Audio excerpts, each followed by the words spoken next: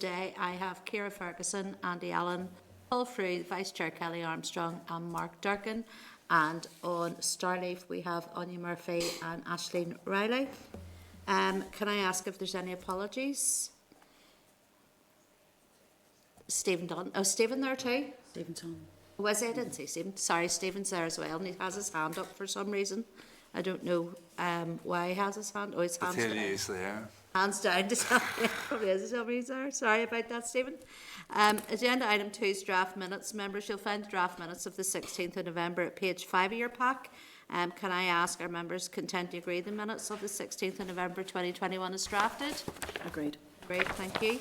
Agenda item 3, private tenancies bill papers. Members, you've been provided at page 11 with a departmental response regarding queries to the committee after the research briefing on the bill. I don't intend to go through the responses in detail because we will start our deliberations at Thursday's meeting, and this response will assist with that. Does anyone wish to raise any issues with response in the meantime? No issues? Okay. Members, in order to assist with deliberations, as I said, starting on Thursday, you've been provided at page 15 with 4 tables summarising the written evidence we've received through the call for evidence and other written briefing papers received. The bill covers the overall objectives, the table covers the overall objectives of the bill and the 4 themes of the bill, which is Theme 1, tenancy management, Theme 2, rental payments and rental deposits, Theme 3, property management standards, and Theme 4, security of tenure. All right, everybody has that. Okay, we're going to move on to agenda item 3, which is a briefing from the Northern Ireland Housing Executive on the private tenancies bill. And can I then welcome to the meeting Gráinne Long and Siobhan Macaulay. Good morning. Good morning. Yes, you're both very welcome to the meeting. Gráinne, can I ask you to go ahead and begin your presentation? Thank you, Chair. Good morning, all. I've been asked to give just a 5-minute overview, which I will do, and then answer questions as they come up, if you're content with that, Chair. Yep, that's grand. So just to say, first of all, thank you very much, and it's great. Delighted to be giving evidence this morning. This is a very important piece of legislation. It's going to have a critical effect and a critical impact on the lives of thousands of people who live in the private rented sector.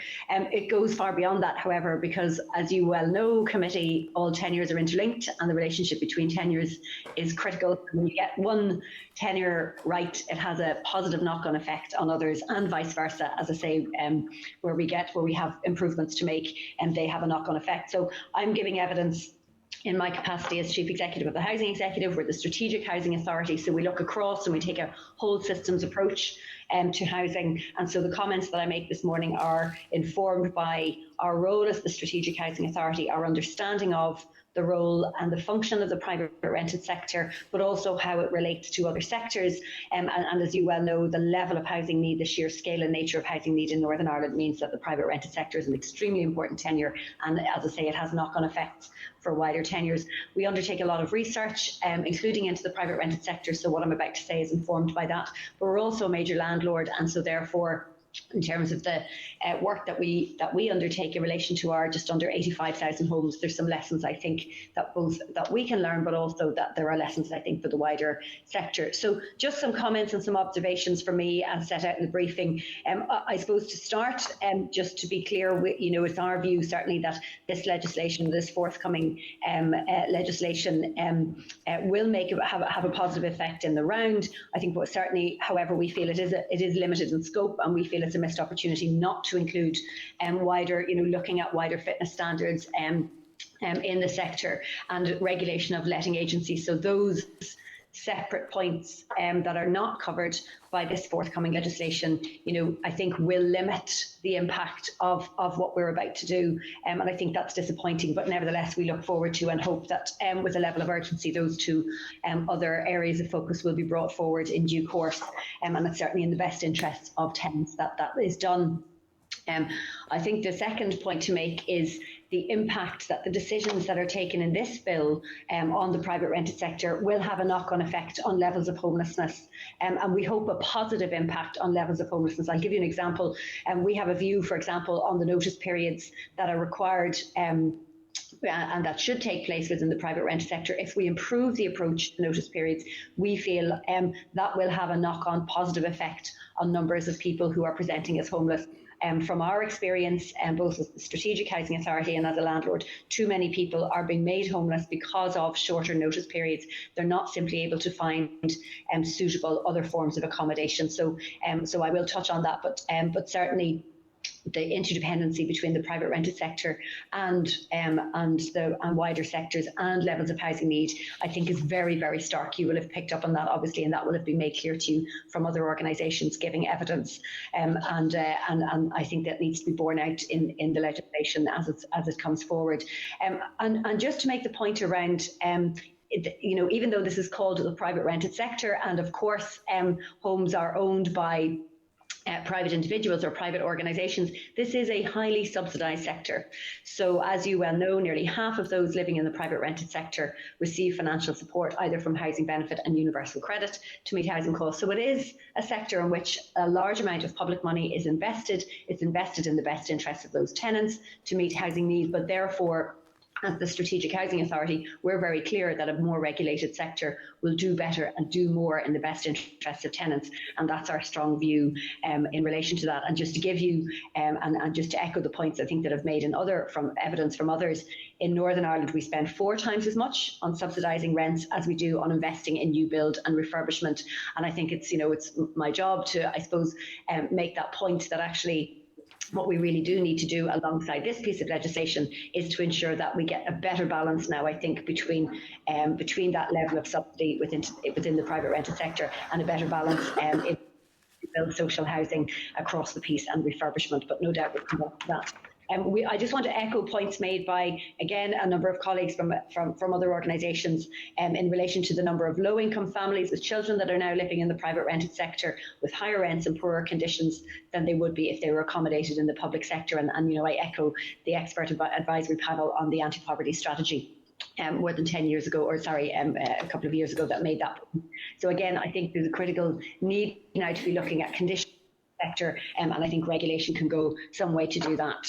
Just on the point in relation to, I've made a number of comments there in relation to standards in the sector already. Just to be very clear, the private rented sector plays a critically important role. And so, what I'm saying today is really based on the need to improve and to continue that important role. It certainly has grown in size. I have a view on, I suppose, how we need to get a balance better between all of those sectors, but it makes a valuable contribution to the housing market. It provides much needed housing for those who require it, and I think there are, without question, there are landlords in the sector that are absolutely committed to standards, to performance, and to the management of those properties. But unfortunately, there are also many landlords who do not. So I think clearly this bill gives a huge opportunity now to get the balance right. Just again to highlight the fact that the Housing Executive has carried out and commissioned a number of research reports on the sector, and they are available and they're publicly available, and certainly very keen and pleased to make those available to the committee. But one key point to make throughout this, and I'm sure again we'll cover in questions, is just the scale of the rise in the cost of renting and in rents. Our latest rent index report. For the first half of this year, rents continued to increase, and average monthly rent is now £703 per month, and that's a 9% annual increase. And that's felt most potently and most clearly by tenants themselves, and we're critically aware of that. We see it daily and through our housing solutions teams, and those individuals who are presenting maybe struggling either to keep up payments on their rent, or also concerned about whether that is sustainable for them and are looking for other forms of accommodation. I just want to talk briefly about how important this sector is in terms of meeting housing need. We depend on the private rented sector to meet need more generally, and my own view is that we would like to, as a housing executive, be developing longer term strategic partnerships through longer term leasing models, but we have to do that in the right way, and I think a better and more effectively regulated sector will enable us to do that. I think it will be the case for a number of years to come, that we continue to house and to meet our obligations to people through the private rented sector. In the longer term, we want to get a better balance between how the number of people that we house in social housing and the numbers that we place in the private rented sector. And there are a number of ways in which to do that. One of the answers is to build more social housing, of course, but also I think there is opportunity now to develop longer term leasing models, but that must ensure strong protections for tenants. It must ensure good property standards and good maintenance. And that is required. So I think this bill will and should go a long way to enable us to do that, provided we get it right. And so we are certainly looking at and would want to look at, in partnership with the department, private leasing models and other ways in which we can do that. We strongly support the work that's being undertaken currently by the Department for Communities in relation to developing an intermediate rent product. I think that provides now a really, really timely opportunity to look at other products and other models in the sector. Again, this is all about meeting housing need in an affordable way and in a sustainable way, and getting the balance right between tenures. Cheryl, just very briefly, if I'm okay for time, just point to some of the clauses in the bill that we just feel very important to do so. I mean, obviously in clause 1 and 2, giving the tenant, a tenant being given notice regarding certain matters in relation to their tenancy, absolutely right. These are basic standards that should be in place. But the critical point here, and I know it's been made by others previously, is anything that can clarify for the tenant both their rights and what's required of them is a good thing. This is critically about the protection of rights for tenants and enabling them. And throughout my career, I've always been amazed by how difficult it is for some tenants to get advice and to understand the advice that's available to them and the rights and their protection. So I think anything that both landlords can do and indeed that we can do as the Strategic Housing Authority to enable tenants to understand what's available to them is really, really important. Clause 3, without question, the importance of a rent receipt for payment in cash. Again, basic minimum standards that should be in place. We strongly support limits on the tenancy deposit amount. I think there's never been a more important time for this, given the level of uncertainty and economic uncertainty for tenants. And we strongly agree that deposits and letting fees can act as a significant barrier to those accessing housing within the private rented sector. So anything this bill can do to remove and reduce barriers. We also agree with clause 6, where certain offences in connection with tenancy deposits are taken forward, and that's to be expected, I think, in this day and age that we would do that. That gives the legislation some teeth, and it is very, very clear what's expected then of landlords, and rightly so. In terms of restrictions on rent increases in clause 7, again, keen to see, and certainly we would like to see an amplitude given to tenants that be increased. I mean, that's the critical piece. When we, the advice that we provide to tenants is often born out of tenants not being given enough time, not being told properly and in an appropriate way that the rent is increasing, and that strongly affects the ability of a tenant to sustain their tenancy. And as the Strategic Housing Authority, providing advice and meeting tenants' obligations, or meeting our obligations to people who become homeless, tenancy sustainment and the ability to sustain tenancies is a critical lever in preventing homelessness. So we strongly support that. As a landlord ourselves of 85,000 homes, again, very strongly support clause 8, which is the all of the protections for tenants in relation to building safety. And again, we've been strongly making the case for building strong building safety legislation across Northern Ireland, and I'm very, very pleased to see this come forward, both the provision of fire, smoke and carbon monoxide detectors. And of course, what's going to be very important is not just the provision of those, but also the maintenance of those. So I think it's really important that the bill brings forward not just the requirement there, but also is very, very clear that those detectors are maintained throughout and inspected throughout. Again, and also feel very strongly and agree with the points in clause 10 in relation to electricity and safety standards regulation. Just jumped ahead there to bring both the fire and the electricity building safety standards together. Final point then from us in relation to energy efficiency. I mean, we are very clear as the Home Energy Conservation Authority for Northern Ireland the important role that housing, that property plays, but that residential accommodation in the form of housing plays in reducing CO2 emissions and greenhouse gas emissions. We're on an urgent path to decarbonisation, both in relation to our own stock and our role, our HECA role, our home energy conservation role, and we strongly support energy efficiency regulations in this sector. And I think it's really important when you imagine the fabric of our buildings, terraced properties across Northern Ireland, and properties that are built together and designed together. It's very important now that across tenures we're seeing an alignment in terms of standards. And that's in the best interest of tenants, but I would also argue in the best interest of landlords. So we have called for regulation across the sector to SAP band rating of C by the end of this decade. That would bring us into line with other jurisdictions across the UK in relation to regulation of energy efficiency in the sector. And I think it's only right and proper now that as we think about property in the round and we think about standards and energy efficiency standards, that we start to look at that in earnest now in the private rented sector. So that's probably enough from me, and I'm happy to take questions, and my colleague Siobhan is here also. Thank you, Grania, for that. Certainly very detailed brief. I'm going to open up to members straight away, and I'm going to go to Kelly. Thank you very much, Grania, for your presentation. I just wanted to go to the point that you raised just at the end. We will be covering a lot more, I'm sure, but it's this alignment of standards across the sectors. I'm just wondering, I know in your paper you've said that in England the electoral safety standards in the private rented sector require landlords to have property electrics checked every 5 years. If that was to be considered as an amendment for this bill, is that something then that the housing, that's the type of standard that you guys go for in the housing executive? And also I wanted to ask about the SAP band C. I got an answer back from the minister yesterday that there was over 66,000 of the housing executive houses are over 40 years old. Again, that's SAP band C. If we're to meet that by the end of this decade, of course it's going to take time to do that. Is that something then that the housing executive can do? And then, we're trying to think about that alignment. Yeah, absolutely.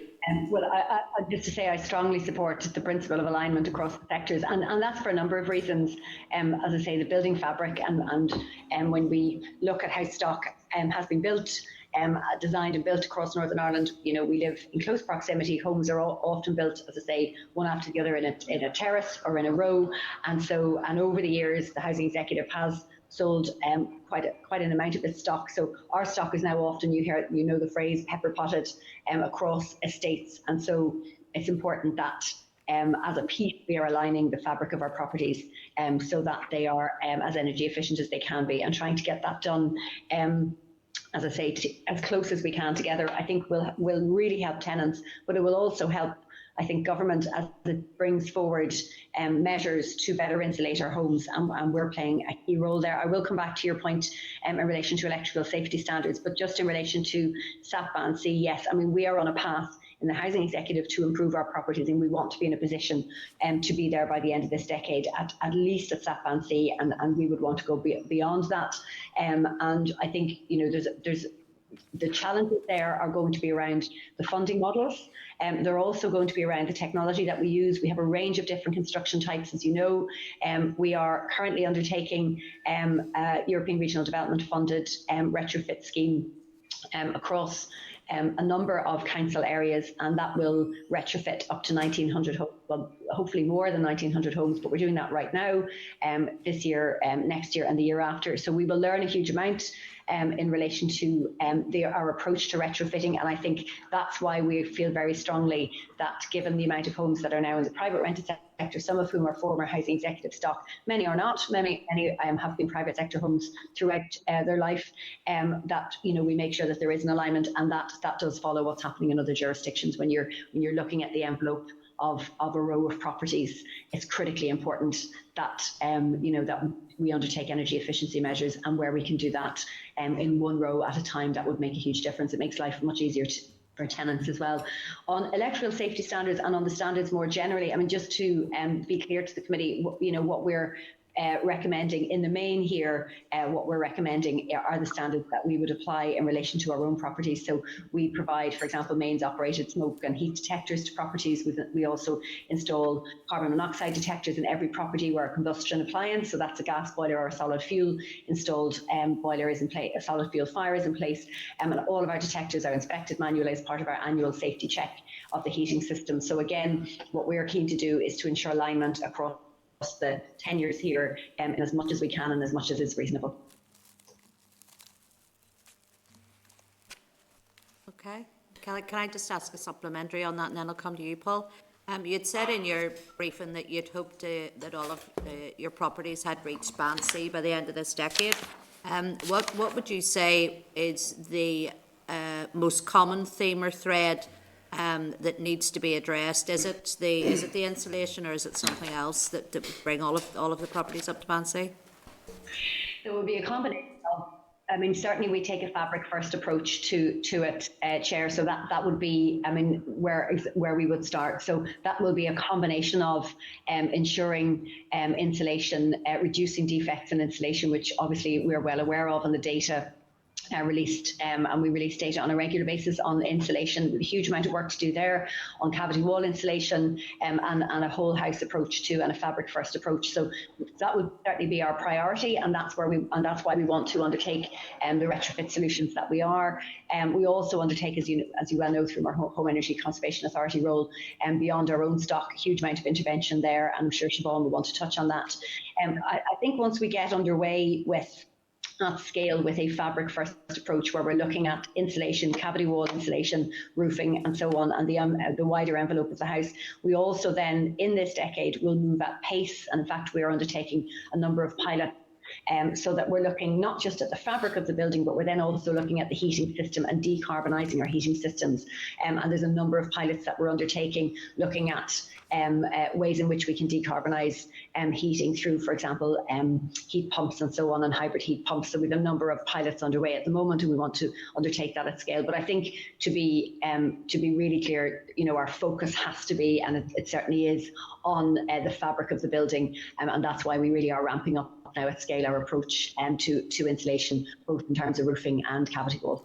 That's grand. Thank you, Paul. You wanted to come in? Oh, yeah. Sorry, Siobhan, did you want to add something there? I was just going to come in on the end there, exactly as Gráinne said, on the link there on the private rental. At present, 43% of the stock is A to C. So we think by 2050 there that yes, we should be ambitious and say yes, it could be SAP C across the board.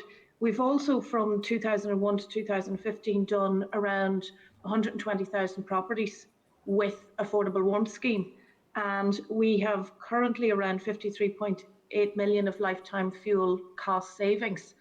In addition to our schemes, which were 2 warm home schemes and affordable warmth, we've also, with NICEP are running the utility regulator, a scheme, and they've done 416,000 measures.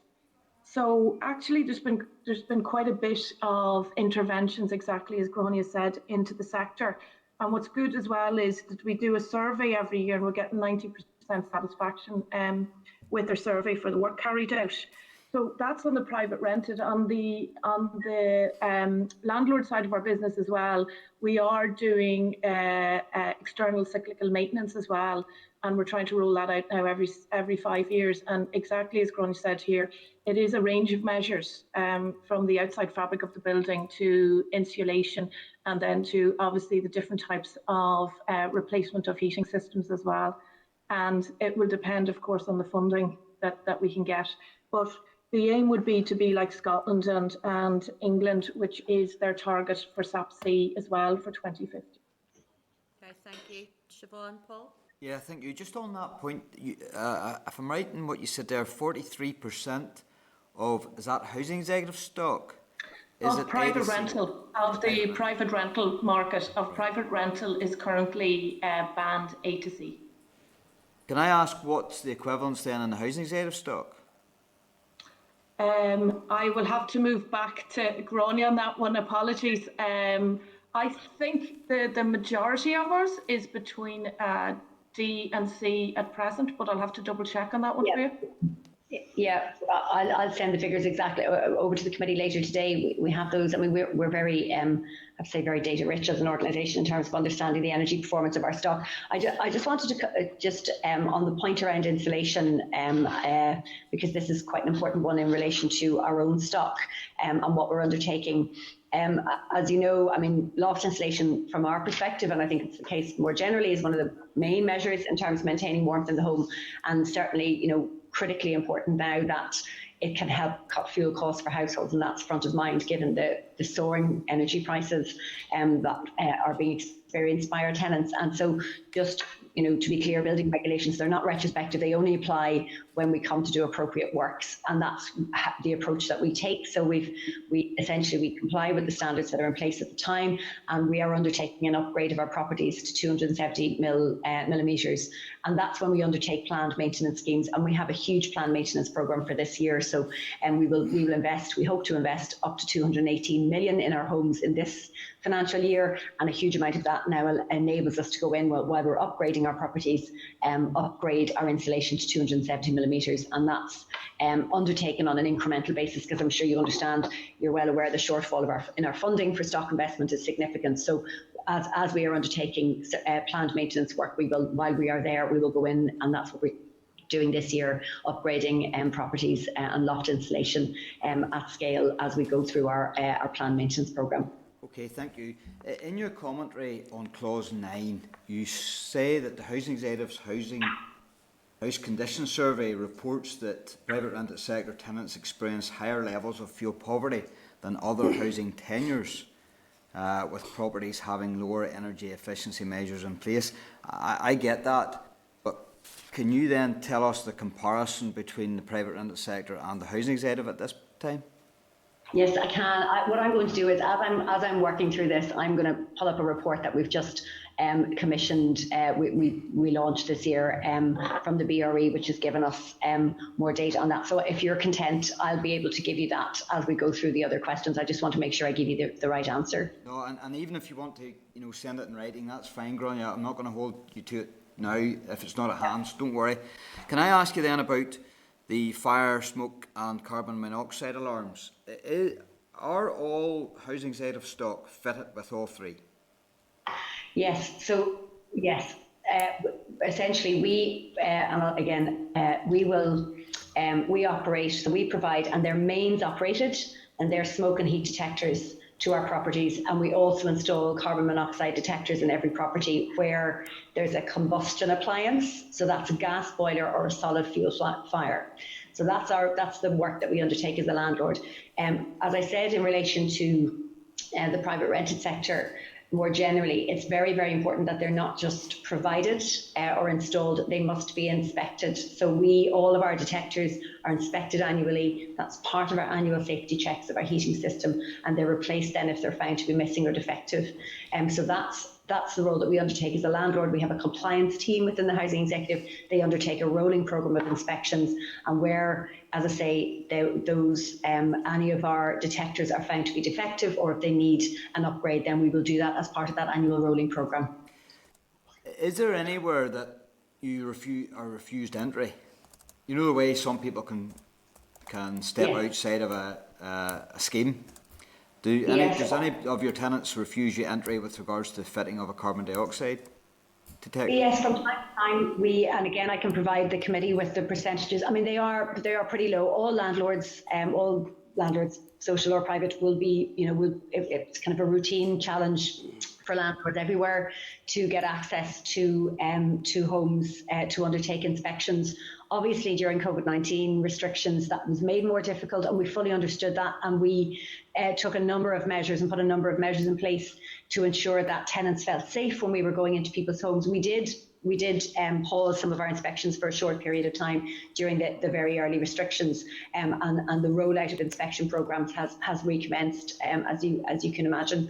But we do, yes, it is fairly routine for landlords anywhere to be refused entry. And we work very closely with our tenants. Sometimes it's tenants maybe just not understanding why we're there, and we will always do follow-ups. As a landlord, we're very used to that, and we work very closely. Our patch managers will be out on site, and they will work directly with tenants, explain what the issues are, call back, and so on. So it's part and parcel, I suppose, of being a landlord. We're used to that, but certainly, we don't really want to have to, take interventionist measures to do that. But it is very, very important that we ensure that everybody in the household is kept safe. So we will, go to the lengths that are required. If we are refused entry by one member of the household, the other members of the household still have a right to be safe. So, that's fairly common and standard housing management and asset management practices.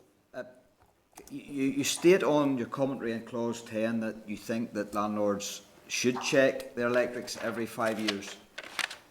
Does the housing executive check their electrical installations every 5 years? And if not, should Yes. you?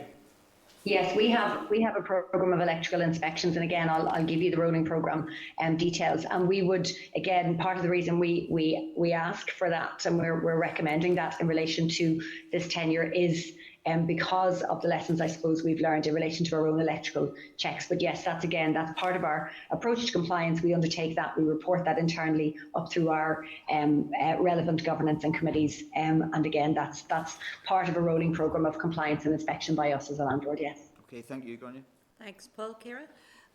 Grania, just on in relation to the rolling checks and annual inspection, obviously during COVID there would have been a higher level than average use of emergency accommodation with regards to yourselves. So in relation to the private rented sector and emergency accommodation, what would be the level of safety checks and inspections with regards to the private rented sector by the housing executive?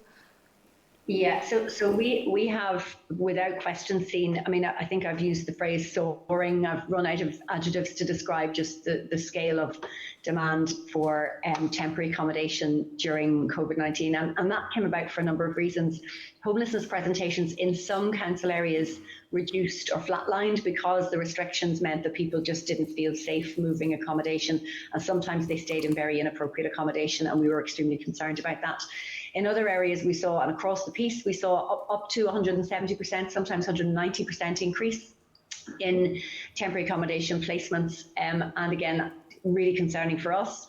We have struggled, and I've been very clear and on the record in saying this, that we have struggled to access forms of temporary accommodation, and we have had to use private sector accommodation, so single lets in the private rented sector, emergency accommodation, hotel accommodation, much more than we would want. I certainly don't want to be placing, certainly not families in hotel or bed and breakfast accommodation, and we don't want to be placing any vulnerable household in accommodation that is, where it doesn't meet required standards. Unfortunately, it is the case because of demand. We have not been able to catch our breath, and we are spending more than we would want, and we're placing too many people in temporary accommodation, and we are limited then as a result in the inspections that we can take because they are not our properties, and we don't have legal obligations or the right of access to some of those accommodations. So we will undertake obviously minimum checks in relation to standards when we are agreeing a lease and when we are agreeing a booking, but we are limited by what we can do, and I'm not content with that, and it's something I'm not comfortable with, I have to say. Thank you. Okay, thank you. Mark, you want to come in that? Thank you, Grania and Siobhan. It's just a wee follow on from what Ciara had been asking there on the temporary accommodation. I hope I'm not straying too far from the reason these are in with us today. Grania, you'd spoken there, and it's no surprise to us about the huge increase in demand for temporary housing. You says you're using it more than you would like to be, and it's costing more than you can possibly afford. I wonder, could you maybe quantify that at all, Grania, in terms of how many units in the private rental sector are being used for temporary housing? And you'd spoken earlier about, I suppose, how heavily subsidised the private rental sector is. Is the temporary or those units in the temporary or private rental sector being used for temporary housing more heavily subsidised again? So yeah, we are. I'll send the committee the up-to-date numbers and I'll show you the trend, so you can see the scale at which we are increasing our use of temporary accommodation. I mean, there is one clear reason for that, and that is need is growing and the availability of other forms of accommodation is limited. So the figures in relation to the waiting list for social housing. And while we have to say have seen a continuation over the last number of years of really high levels of public subsidy for social housing in Northern Ireland, which is wonderful to see, we are not, the gap between demand and supply is structural, it's widening, and is something that we feel very strongly requires significant reform, and that is underway. But in the meantime, we have had to place many households in temporary accommodation. I think much of that is COVID related. It was on the increase pre-COVID. As I say, there are particular aspects to do with the pandemic that meant we saw demand, the gap between demand and supply widening. For example, we work very closely with our partners in the voluntary community sector. They've done an outstanding job in making accommodation available. But if you're a voluntary community sector hostel, for example, they had to reduce their bed spaces because of restrictions. So that meant in some hostels where we may have had, for example, 10 bed spaces that would have been available to us, we may have only been able to use 5 of them because of restrictions. So we had to find those other bed spaces elsewhere, and that sometimes meant going and getting 5 hotel rooms or going to a single let. So you can see how COVID has made a material difference, and much of that is still in place. So we haven't quite recovered from that. And I will send you the numbers, and they are fairly eye-watering, the amount of money that we have had to spend on single lets and on hotel rooms, and that's in the public domain. That, in fact, I've been answering assembly questions only in the last month on that, so I will send those to the committee so that you can see what we're spending. I would much rather be spending that money in social housing, because that is an asset in perpetuity in the public interest, and that's where we would want to be getting to. Me too. I'll bring you back a wee bit. Just in terms of your submission, the Housing Executive are calling for support for landlords to implement energy efficiency measures. What sort of support are you talking about there? Is it purely financial support, advisory, practical support? And do you see yourselves, the Housing Executive, as the vehicle to deliver that support as you have administered previous schemes? Yes, I mean, I think we all know that over the next 30 years, between now and 2050, we have to get, and I mean we as in collectively, all of the tenures, all housing in Northern Ireland needs to be decarbonised rapidly to get us to 2050. And we know the cost of that. The cost of decarbonising, over 600,000 homes to SAP Band B will be I think just over 9 billion. So we've done the research and we understand the cost of that. If you start to separate out all of that property on a tenure by tenure basis, I'm not sure that's the way to do it, because, as I say, if you look at a single street, you might have a home, an owner-occupied home next to a housing executive home, next to a private rented home. And so when we have to do a fabric first approach and we have to, wrap all of those homes in more energy efficient technology, building technology and insulation, then why would we not look across those 3 homes at the same time? That will require a particular type and approach to financing of that, and we are not there yet, either we, the Housing Executive, or I think central government at a UK level, or indeed at a Northern Ireland executive level. So I think the next number of years we need to get the regulation right, we need to be clear about the path that we need to go on, and we need to start putting in place funding models so that the Housing Executive understands how it will fund its own stock. Landlords then understand how they will raise the funding for their stock. Some of that may well be subsidised, or could be a combination of low interest borrowing plus some public subsidy. And also there needs to be a conversation about how homeowners are able to access finance to fund it in their home. So we've got a big piece of work ahead. Some of that will come through in the energy strategy, I hope, from the Department for the Economy. Some of it will come through from the Department for Communities. We will certainly play our role as the Home Energy Conservation Authority, and Siobhan is responsible for HECA, so I don't want to suddenly add to her responsibilities, but look, I think it's fair to say, if and when landlords need advice and assistance in doing that, then it would be appropriate that the Strategic Housing Authority will play a role in that. So, I think that's to be expected. But I mean, we really do need a significant approach now, and a strategic approach to decarbonising our housing stock in the round. Absolutely, and in. Go ahead, Siobhan. No, Can't hear you, Siobhan. Siobhan, you're on mute. Oh, sorry. Apologies, Mark, there. Yes, absolutely. We will, in the intervening period, we will use the interventions we have. Like, there's grants up to 50% for landlords, but we would hope and anticipate that it will be exactly as Gráinne said, it will be a partnership approach here that will come with different solutions. We also, on the HECA role, look at pilots at the moment. So we're hoping also that there's, we used to do like boiler replacements and installations. that our new models will bring in also much more, I suppose, innovative solutions that we can bring collectively into place. And we know that there's been a fair few recent funds that have become available in the UK, and we hope to have these discussions so we can see as a collective what we can do to try and meet that 2050 figure of getting what we say very low level of carbonisation within our properties. Okay, thank you. Okay, Kelly? Thank you very much, Chair. Grania and Siobhan, I hope you don't mind. I want to move on to something, and it's about the comment that you make within the paper about notice periods. You've said in the paper that the 12-month period, just for the members on the committee here, it's page 118 of our pack. I think it's page 2 of your paper, about affordability. So we have the notice periods, and you've suggested that instead of 4 weeks for someone who has tenancy of under 12 months, that should be extended to 2 months.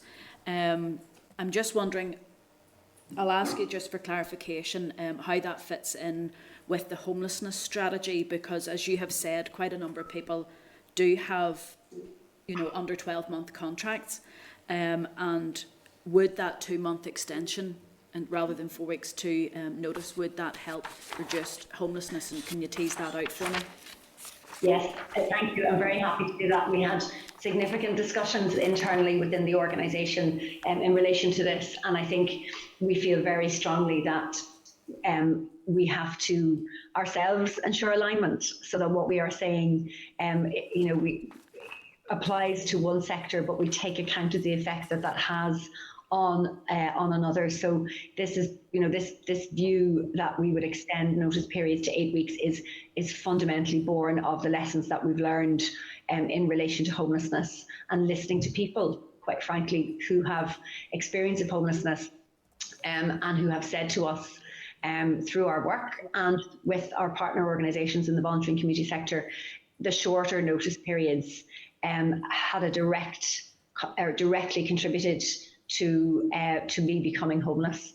And so that's why our view is a longer notice period of 8 weeks, we feel will have a material impact. And as you know, we are currently consulting on our homelessness strategy and on our temporary accommodation strategy, and we spent many months listening to the sector, listening to people who've experienced homelessness, and that's their view. I don't know if it's their view that it's 8 weeks necessarily, but it's certainly our view on the basis of that, those conversations. I don't think we'll ever find a perfect timeline, because someone else might make a very strong argument for 12 weeks. I think what we're trying to do is to recognise that we need to give people as much time as we can, but a reasonable period that also balances the need for the needs of landlords too. And that's why we feel 8 weeks feels like the right balance. But I think all of these things need to be learned from, and I think coming back to this at a point in time to see has it had the effect that we hoped would be the right thing to do. So we're certainly not saying this is the perfect solution, but it certainly would give tenants more stability, and I think without question will have a positive impact on, for some people, in terms of preventing homelessness. I'm just wondering as well, just moving on then, where that notice period has come along, or there's issues with the tenancy, are you aware of the dispute resolution and how that works? Have you any thoughts on that type of process for tenants? Yes, in terms of dispute resolution, there's a number of models in terms of dispute resolution that that we can learn from, both in terms of other jurisdictions and from here. And I think where models have worked, they've worked well, where landlords and tenants are able to come together, are able to find an approach to dispute resolution that is timely and appropriate and proportionate. And I think I suppose my view and my insight of tenancy dispute mechanisms is that they need to be proportionate. They can't be overly complex. They need to be both tenants and landlords need to be able to deal with this in a timely and in a I suppose, and when I say urgent way, I don't mean rapid, but I mean urgent. So I think it needs to be a model that is well resourced, and I think could increasingly be provided, for example, by independent, so voluntary organisations or advice organisations who have real knowledge of where disputes arise, why disputes arise, and I think can learn from models elsewhere, but can learn from how this has been done here too. And you've mentioned in your paper about an independent housing panel that could resolve issues before they result in court action, eviction or homelessness. Personally, I find that something, at least there would be a place that tenants can go to, or even landlords can go to if there's a dispute coming forward. I'm just wondering, you've mentioned their community and voluntary sector. Is there anybody else who you think should be on that housing panel? I'm going to ask Siobhan to come in a moment too, but I think, my view on this is, I know this myself from our own organisation. Housing advisors, both in the housing executive, but also in the voluntary community sector, are really, really well, are really experienced and professional experts in housing, and particularly in the complex legal issues. So I would certainly be bringing together housing advice experts as well as contract and tenancy experts, so whether that's legal advisors and so on. And I think that a balance, bringing those together plus some, a small number of mediation experts to develop, those models, feel about right. And I've listened to the evidence that have been given by organisations such as Housing Rights Service and others, and they certainly, and Citizens Advice Bureau, all of those organisations probably play an informal role right now, and in some cases also a formal role in dispute resolution. And I think that's really to be welcomed. And why wouldn't we spend some additional resource and energy in anything that can help both tenants and landlords and resolve disputes and get to a position whereby homelessness is prevented, or indeed any volatility in somebody's housing circumstances. That's to be encouraged. My final one I was just going to ask there was, you've mentioned in your paper about the issue of the local housing allowance. I'm wondering that role of the independent housing panel. Say for instance someone's rent has been put up and it's no longer anywhere near their local housing allowance, and it means then that they cannot afford that rent, and if they're 12 months and they have to give 2 months notice. Do you think that independent housing panel could then help to influence policy or advise the department? Absolutely. And again, that's from models elsewhere, where independent panels don't just look on a case-by-case basis, but are actually able to stand back and say, look, what are the strategic problems here that need to be resolved? So I think you're absolutely right. That's exactly what we would see a panel do, taking the view, yes, looking at individual cases, but also being able to give its insight and advice to government and to others in relation to that. Yeah. Thank you. And yes, and our housing solution staff have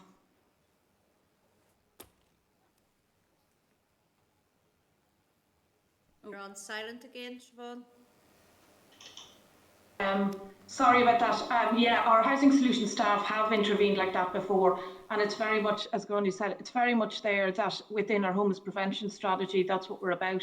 It's about getting in, having a panel at a very early stage so that we can get it resolved rather than going into the legal basis of a dispute.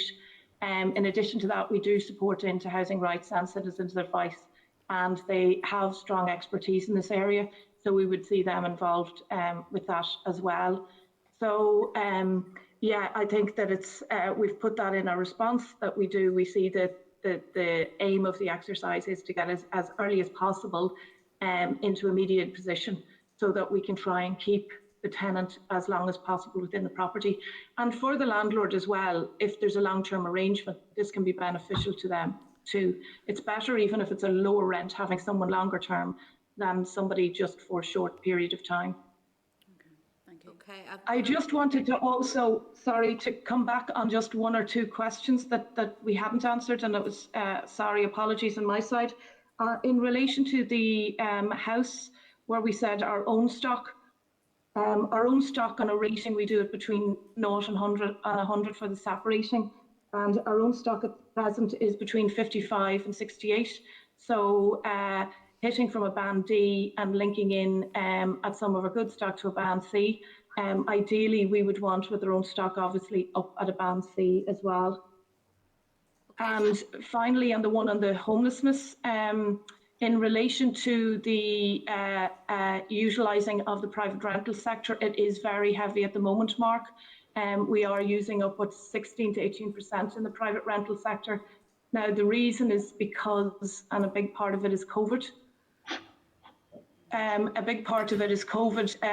When we had a number of lockdowns, we were obviously not able to turn over our own stock, and we couldn't do our change of tenancies.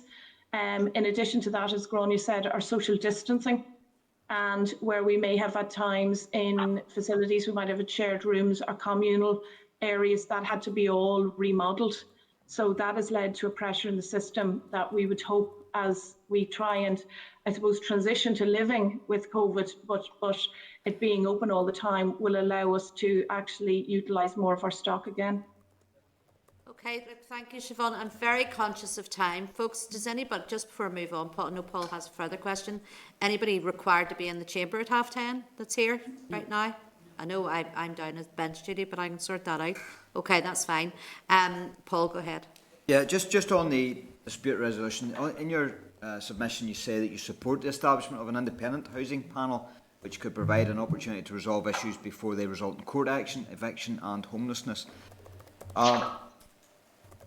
What powers should an independent housing panel have, and what disputes should they not get involved in? Siobhan, do you want to answer that one? Yeah, well, the purpose really of the independent panel was to get us away from the legal case where it ends up going to courts and we end up legally having to do prosecutions. So it was the independent housing panel was an early stage intervention, and it is to see if we can come to some agreement. So, for example, if it's a case in relation to rental for a short period of time, can we renegotiate a position on the rental? Can we extend it out for a longer period of time? If it is that there's a problem with the tenant, is there some wraparound support that we can provide to assist and aid the tenant in it? So the independent panel we were looking at is very much a first step in the process to try and get an early stage mediation. You being the Strategic Regional Housing Authority and also then landlord yourself, would that independent housing panel then be able to intercede in not only the private rented sector but also the housing executive stock? So I think on this, I mean, as the Strategic Housing Authority, as a landlord, rather than as the Strategic Housing Authority, as a landlord, there's a number of dispute resolution mechanisms that are already built in to our role as a landlord. And that's everything from, and we have a well-established complaints process, for example. I have to say, in my experience since coming into the organisation and spending a lot of time looking at how we undertake complaints, we certainly take a view that where we can resolve an issue even before it becomes a formal complaint, we would prefer to do that. So, and again, our complaints data is openly available, and our approach to housing management, quite frankly, is we prefer to resolve issues before they become complaints. And where it comes to a stage 1 complaint, then we will do that. We will look at that at a local level. And then if a tenant wants to continue with the complaint, it comes to stage 2. And it comes right up through our complaints process, right to me as Chief Executive, Chief Accounting Officer. And then all tenants have the right to go to the Public Services Ombudsman and so on. So we have well-established procedures in place where a tenant feels aggrieved or unhappy. But as I say, our first instance is to resolve issues well in advance of when they become complaints. And that's something that we do very proactively as housing managers and as housing professionals. But as I say, all tenants have very, very clear rights in relation to resolving disputes. So I wouldn't see that the panel would necessarily add anything further to that, because we have a very, we have a NIPSO-led and an NIPSO-governed approach to complaints resolution and dispute resolution. That would be my view. Okay, that was very clear. But you, as a Strategic Regional Housing Authority, then should you then have a part to play to intercede into the dispute resolution of the private tenancies? As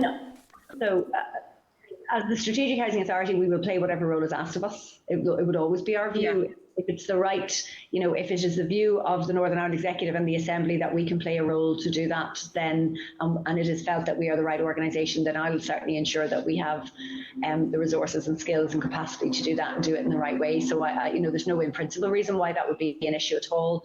I think, what we have done in the past, certainly as an organisation, is always ensured a holistic approach to, and to looking across the tenure. So there's no in principle reason why that role wouldn't sit with us. I'm not a great believer necessarily in assuming that everything has to be done by the Strategic Housing Authority either. I mean, and that's not in any way to suggest me passing the buck at all, but I do look to the skills and capacity within our voluntary community sector partners too, and I think they've proven over the years that they have significant capacity, skills and experience. So I think if we got the balance right, I think there's an model there that could be developed for sure.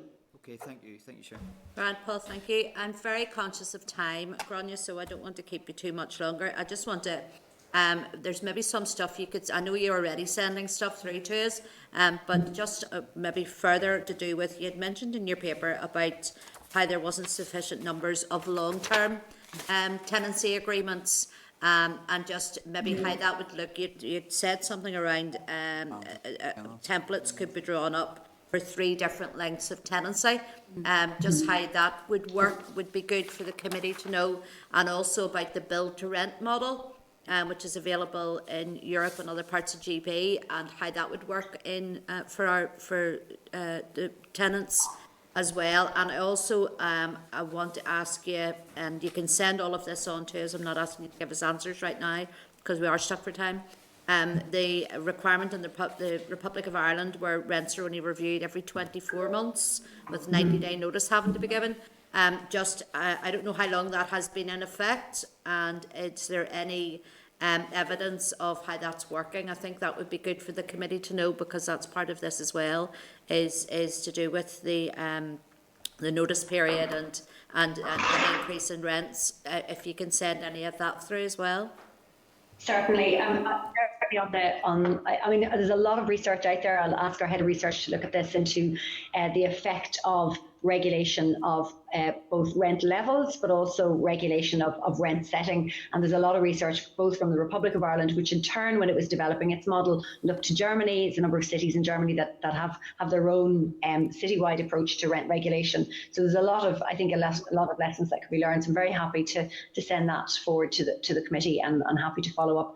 It may be useful if Chair, if you'd like us to come back at some point to talk to you about, because it's a very complex area, but how we are using, accommodation in the private rented sector. Our temporary accommodation strategy, which is out to consultation, is very, very clear, and it's something I feel very strongly about, that we need to be developing longer term strategic partnerships in the private sector to meet housing need. Ultimately, I would really want to be meeting need through more social housing, and we want to be doing that more and more with our housing association partners. But as we get there, and there will always be a need for us to be working with partners in the private rented sector, but I certainly think a longer term model right now, I feel certainly it's too volatile, we're too exposed to the market, rents are going up, and I don't want public subsidy to be chasing private sector rents, because that doesn't feel like good value for public money. So we need to get the balance right, and therefore that's why I would like to explore long leasing models, and I think that's essentially what I mean when I talk about long-term strategic partnerships. But they have to be based on professional standards, standards of management, property standards, all of the things that we're trying to achieve with this bill. And I think that would make a material, a really positive effect. But I would want it to be seen as one solution alongside much more permanent solutions like social housing at scale, and where again, alongside having a home in social housing, you also have a lifetime of services and housing management services. And I think that's the critical piece that I want to make sure all tenants have access to, or anybody on the waiting list has access to. We know we're a long way from that, but there's a lot of work undertaken to get us there, I think. And they also professionalise the private sector independent panels as well.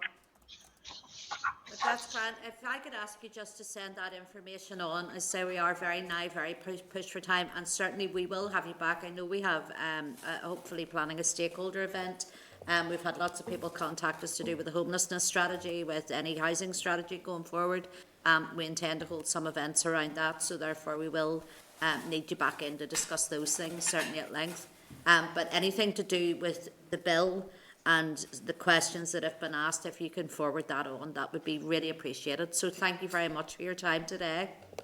Thank you very much. Thank you. Thank you. Okay, members, we're going to move on then to agenda item 5, which again is another briefing on the private tenancies bill. This time it's from the Tenancy Deposit Scheme Administrators. So if I could welcome to the meeting Eamon Hunt, Darren Keane, Kate Mutter-Bowen and Alison McDougall. We got them all there, we have indeed. Eamon, is it yourself? Are you going to begin your presentation? It will be Alison who's going to speak on behalf of all of us this morning. Good stuff. Go ahead, Alison. Okay, good morning everyone, and first of all, thank you very much for the opportunity you've given us to speak to you this morning. We have, as schemes, digested in full the contents of the proposed bill, but we have actually just limited our response to the areas which are directly relevant to how we operate as schemes and how we foresee the impact of the provisions on our tenant, agent and landlord customers. I think it's fair to say that generally we're very supportive of the provisions. We would regard them positively, and most of what we've seen we are familiar with because we operate under similar provisions elsewhere in our businesses across the UK in general. But as I go through our very brief submission, perhaps I could just pick up on a couple of points where we would appreciate a bit of clarification. So as far as we're concerned, obviously the main provision is the introduction of a limit on the size of individual tenancy deposits to the equivalent of 1 month's rent.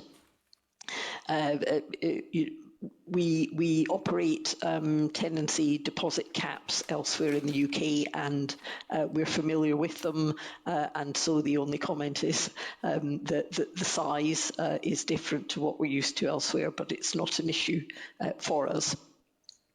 The first point I just wanted to raise is around how we actually go about facilitating the protection for our customers. So at the moment, when we're operating elsewhere, we take the view that we are not there to enforce the provisions. So although we give, all of us as schemes, we give quite a lot of guidance on what the level of deposit should be, we don't actually stop agents or landlords who are trying to protect an amount which is in excess of whatever the relevant limit is, on the basis that it's not really our role to enforce the provisions, but I think actually more importantly that it's better to have the deposit protected than to turn people away from protection. So it would be helpful for us just to have a little bit of clarification around that if possible. The second issue is in relation to the recoverability of any excess deposit and the circumstances in which that might apply. We now have, I think, quite wide-ranging experience elsewhere, particularly in England, of releasing excess deposits regularly, usually when tenancies come to an end. So the whole mechanism around that is familiar and comfortable to us. And we don't foresee any difficulty whatsoever in being able to replicate what we do elsewhere for these provisions. The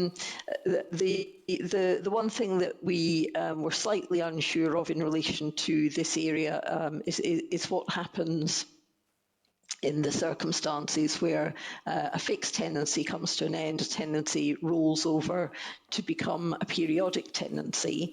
And we've picked up in our various discussions around the provisions that there's still some uncertainty as to whether the provisions of a case in 2013 in England would apply in Northern Ireland, and that was a case called Superstrike against Rodriguez, where it was decided that a new statutory periodic tenancy arising at the end of a fixed term was legally a new tenancy. And obviously that, although it's not something we couldn't manage, it does have some implications, and it would be useful if we could have some clarity around that as well.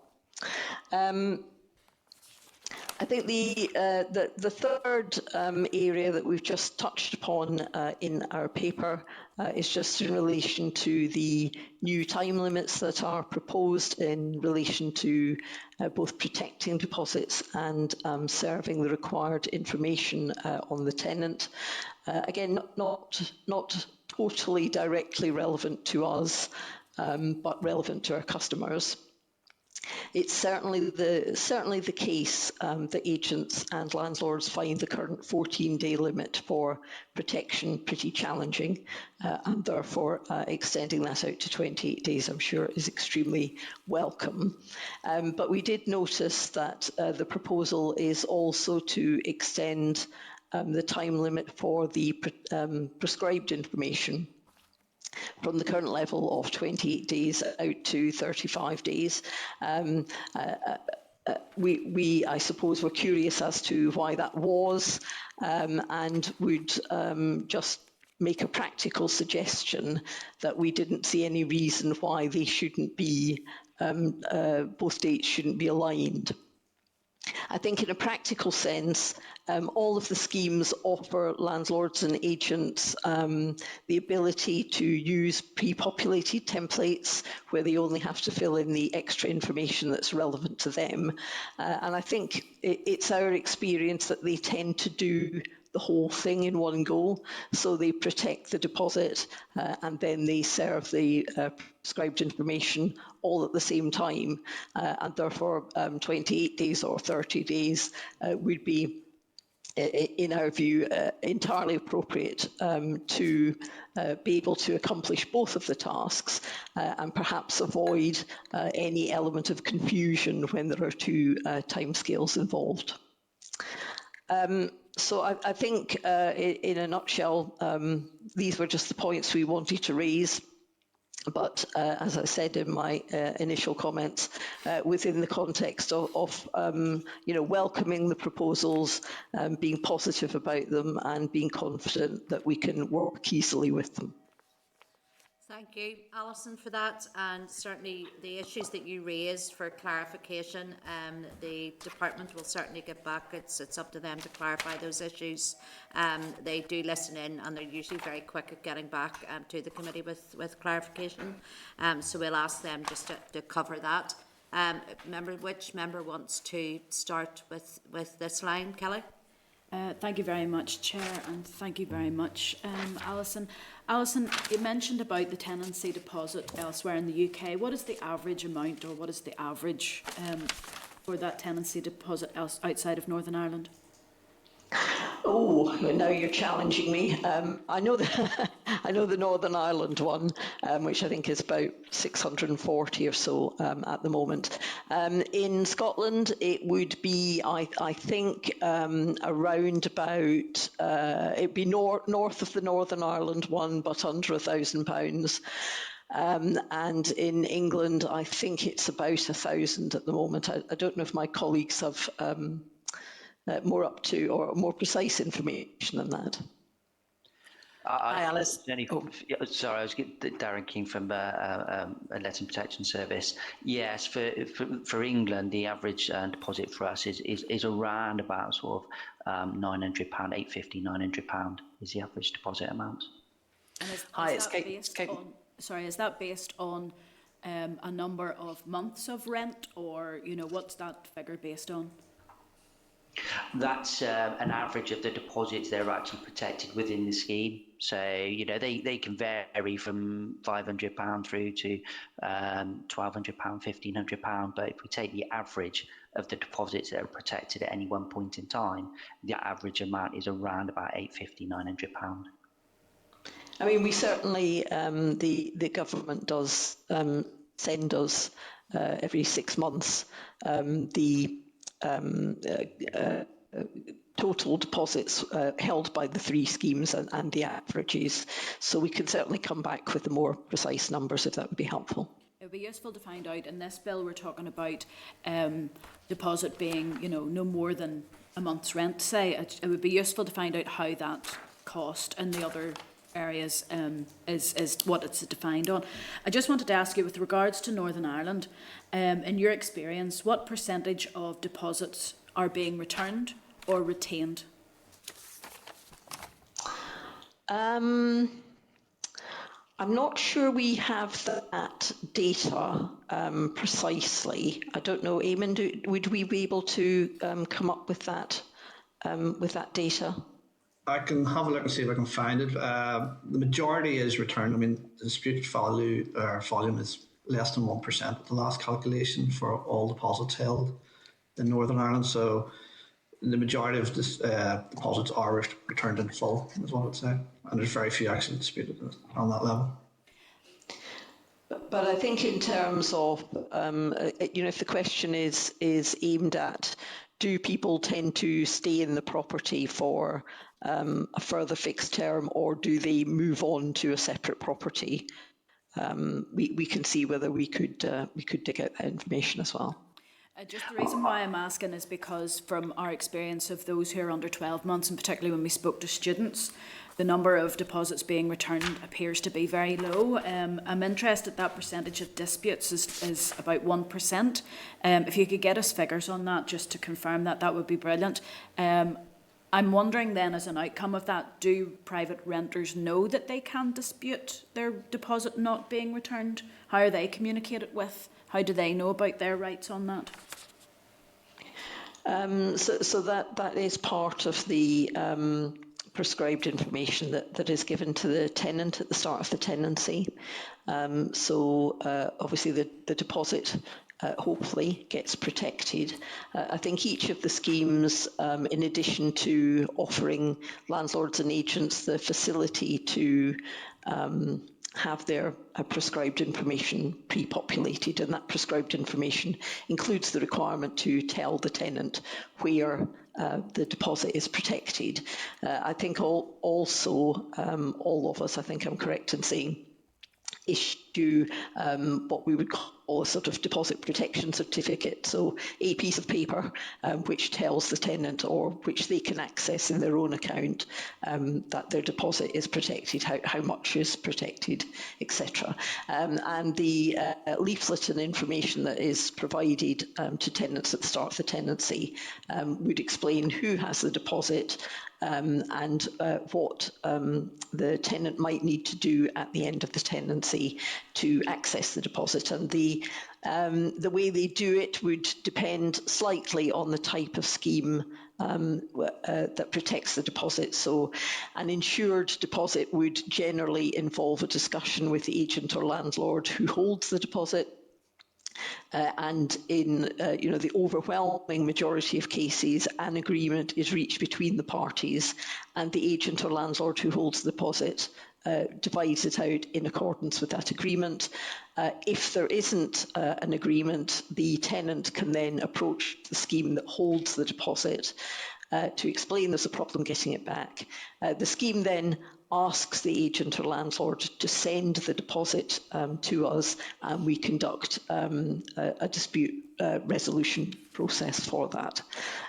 Slightly different for the custodial protections, because in the case of custodial protections, the schemes physically hold the deposit, so the parties both come to the scheme in order, in every case, in order to facilitate the release of it.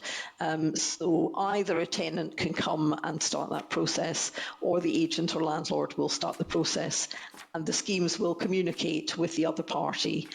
Hopefully, and again, in the overwhelming majority of cases, the parties agree the release without the need for any dispute mechanism to have to come into play. But where that is necessary, it's obviously part of what we do to offer a free dispute resolution process as well. Thank you. And just picking up, Alison, from what you said there, is all of the deposit not protected?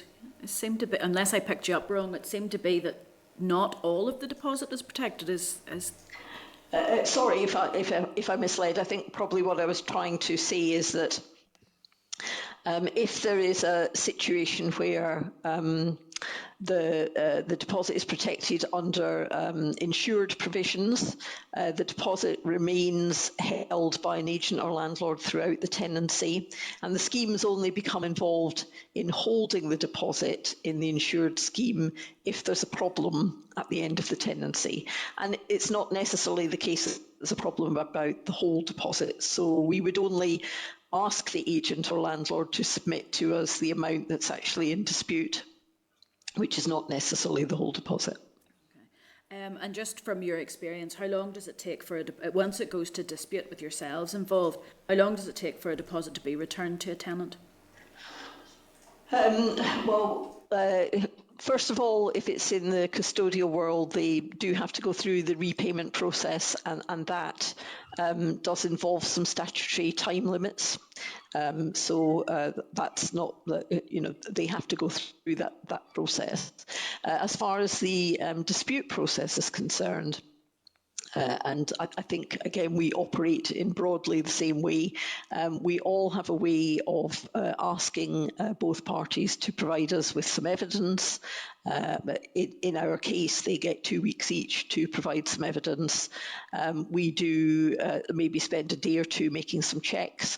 And then that case is allocated to an adjudicator, and the regulations require us to produce our final decision within 20 working days. So the decision is effectively made within a month of the point at which the information is available to us.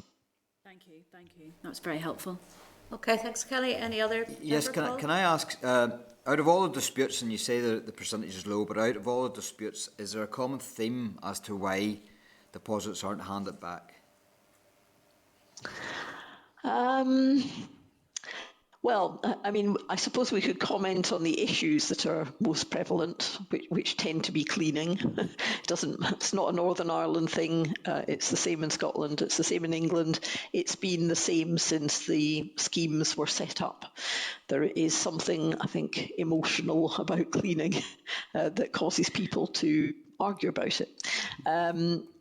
But to an extent, I think that disputes are sometimes a matter of fact, that sometimes things need to be rectified, and the parties have strong views as to who's responsible for it. Sometimes they're an attitude of mind.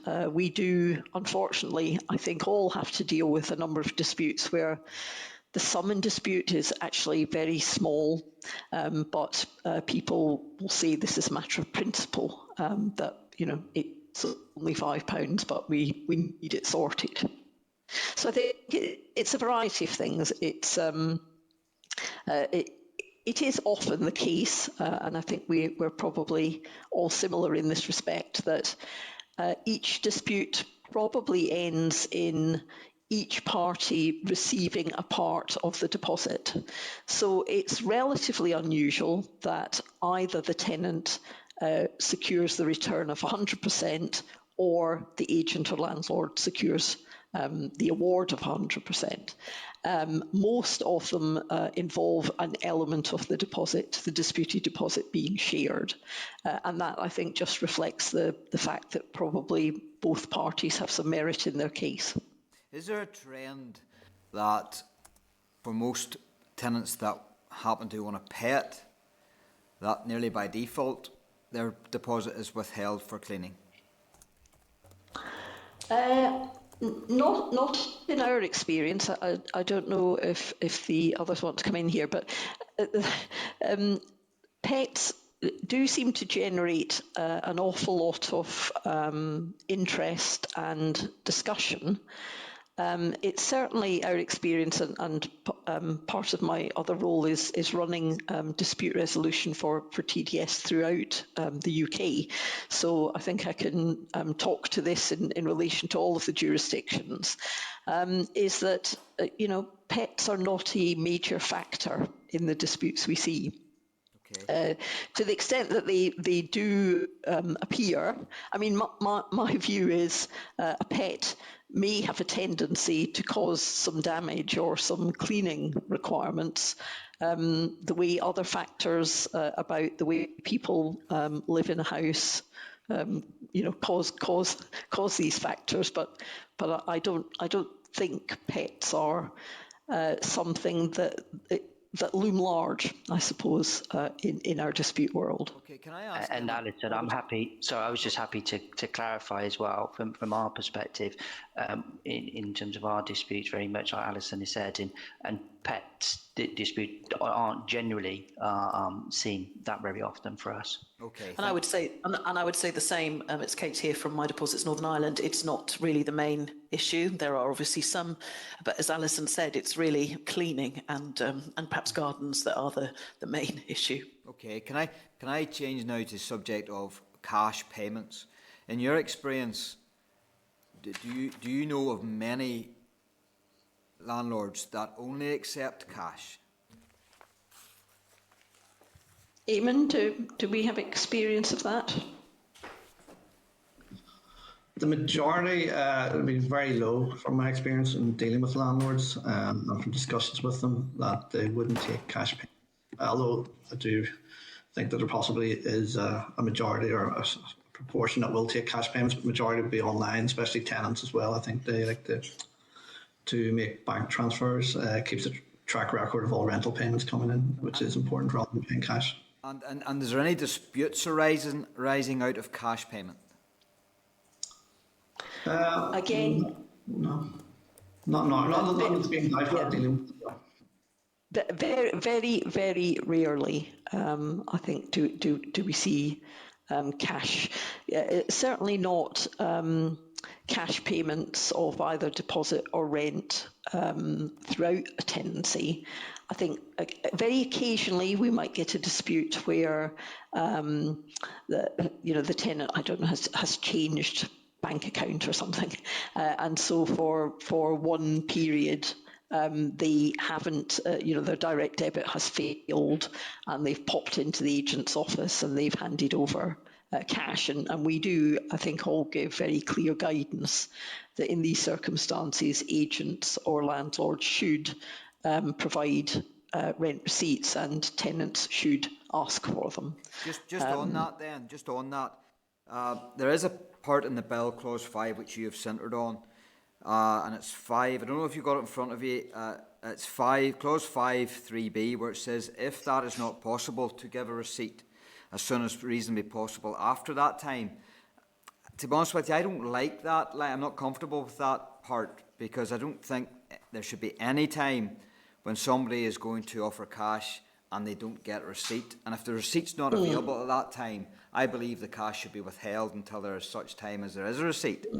I would be of the mind that line needs to maybe come out of the bill. Have you any thoughts on that? And I read it again. The receipt must be provided at the time of payment is made, which is fine, or if that is not possible, as soon as reasonably possible after that time. I don't believe that line should be in there. Have you any? Yes, it's difficult actually to imagine why it wouldn't be possible to provide a receipt, because it's not an onerous requirement, and it can be, adequate to have a written note with a date and a signature on it confirming receipt. So it unless someone is handing over money to someone else in a street, it should be possible, I think, to provide a receipt immediately in practical terms. So, I would tend to share your concern about that. Okay, thank you very much. Thank you, Chair. Okay, look, thank you for your time with us today. I don't think there's anything further that we need to explore. I do appreciate you being with us, and certainly any of those concerns and queries that you raised, we will ask the department to come back with answers for you. Is that okay? That's great. Thank you very much. Thank you so much. Bye. Bye-bye. Thank you. Bye-bye. Bye. Thank you.